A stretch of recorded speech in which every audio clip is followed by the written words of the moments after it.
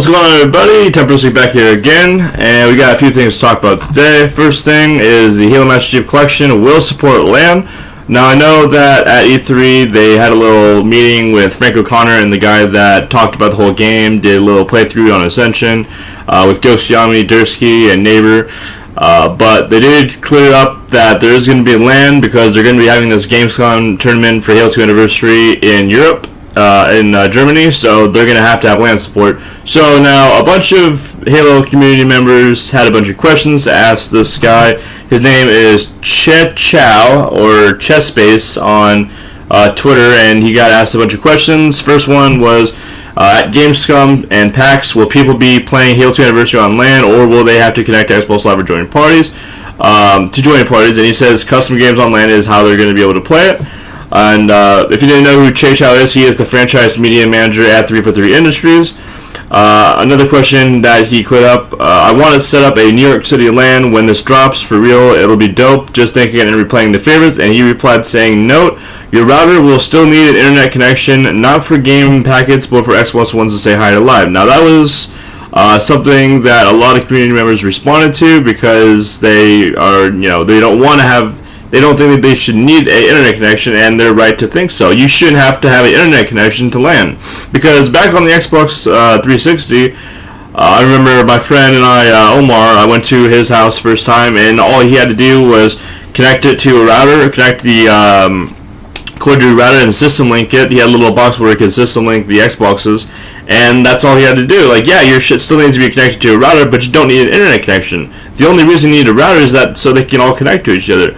But now, Che Chow is saying on the Xbox One, you're going to need an internet connection. That's kind of frustrating because there's a lot of people that, don't want to have to go through the hassle of getting an internet connection ready for everyone to come over and LAN, and they don't think they should have to have one.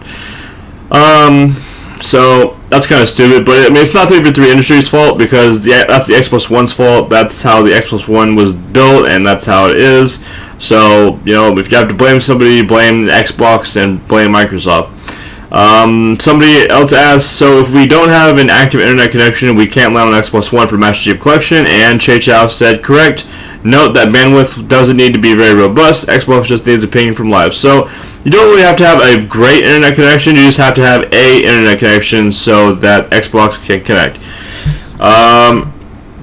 Another thing, let's see, what will be including members of the 3v3 Pro Team 2014 lineup? And he said, Ghost Yami, Mason Cobb, and Dursky, plus Vartan will be playing for the 2014 lineup with the 3v3 Pro Team at Gamescom. And that's all the questions that he got asked, and that's all the questions that he answered. So we do have confirmed that LAN will be available for the Master Chief Collection. And so if Major League Gaming decides to pick it up, and UMG and UGC and all these other gaming organizations pick up the game, we're going to be able to play LAN. But we do need an internet connection, which isn't that big of a deal, but it's still kind of retarded that you need an internet connection to play on LAN. Which kind of, yeah, that's whatever though. Next thing, Twitch.tv is going to be muting all videos with copyrighted music. So if you are a Twitch streamer, I'm a Twitch streamer, but if you are a Twitch streamer like many others that like to play music for your viewers or just for yourself, because you like playing with music, you're going to be able to still do that. They're not going to mute your video while you're streaming because you're playing copyrighted music and you don't have permission from the artist, play that music. But they are going to be muting your VOD. If you don't know what VOD is, it's when after you get done streaming, a automatic video of that stream pops up in your viewers' archives, or you can view it yourself in your own archives. And because there's two tabs, one is for the chat and one is for videos. You click on videos, it goes to your videos, so viewers can watch the videos of your past broadcasts when you're streaming if they didn't get the chance to watch it live. But now they're going to be muting the part of your broadcast that had the music playing. So let's say for an hour you had music playing. That whole entire hour is going to be muted. They're still going to be able to watch, but it's going to be muted. There's going to be a little message popping up saying audio for portions of this video has been muted as it appears to contain copyrighted content owned or controlled by a third party. And that's the message that's going to pop up. So Twitch is removing the 2-hour limit on the highlights and adding an appeal button in for streamers to use if they feel their content was muted by unjustly. So if you think your stuff was unmuted, then you'll be able to appeal it, and then they'll get that unmuted for you. Now, the company that they're working with is Audio something. Audio Magic is the company that they partnered up. So what is audio recognition? So they partnered up with Audio Magic, which works closely with the recorded music industry to scan past and future VODs for music owned or controlled by clients of Audible Magic. This includes in-game and ambient music. Now, when you say in-game, let's go back to Halo 4.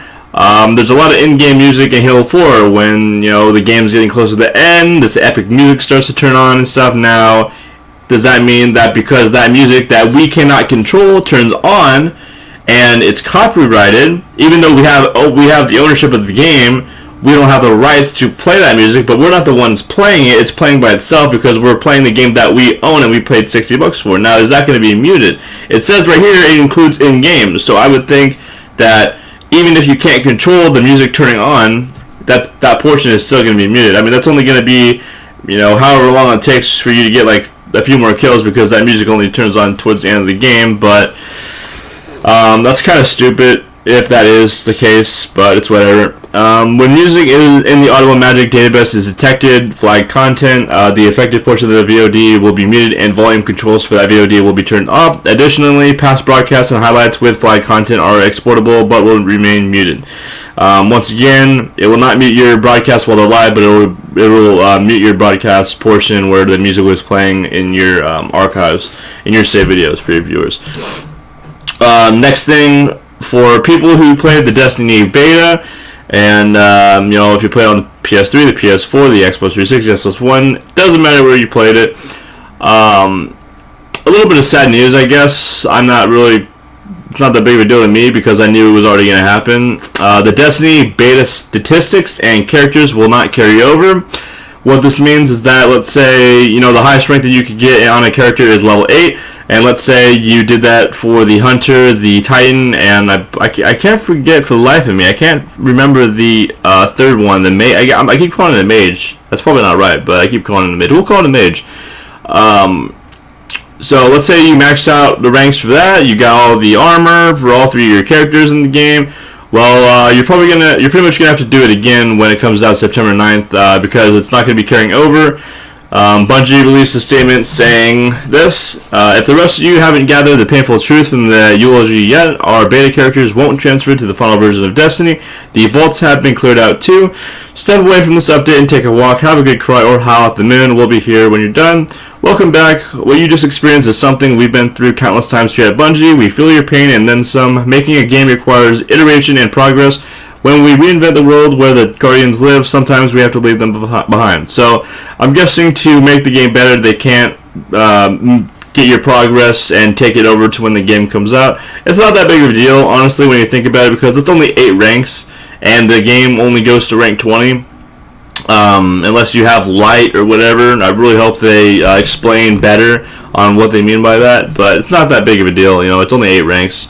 But yeah, there's a lot of armor that people unlocked, and I guess that's probably what they're going to be frustrated. They worked so hard to unlock some armor and stuff, and they wish at least the armor would carry over, but absolutely nothing is going to carry over. You're going to have to do it all over again, sorry to say.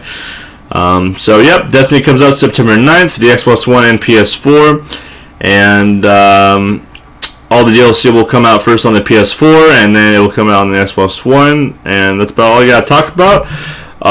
Please remember to like the video, give a big thumbs up, and give it a favorite. Comment down below, give me some criticism, what I do right, what I do wrong, what you want to see on this channel in the future. Subscribe, it helps me out, and it'll let you know immediately when a new video is up on my channel. And yeah, give it a favorite and share, and comment and like and subscribe and do all that stuff. Yeah. So that's been the Need to Know News, and I will get out of here and take a break, and I'll catch you guys later. Peace out. Thanks for watching.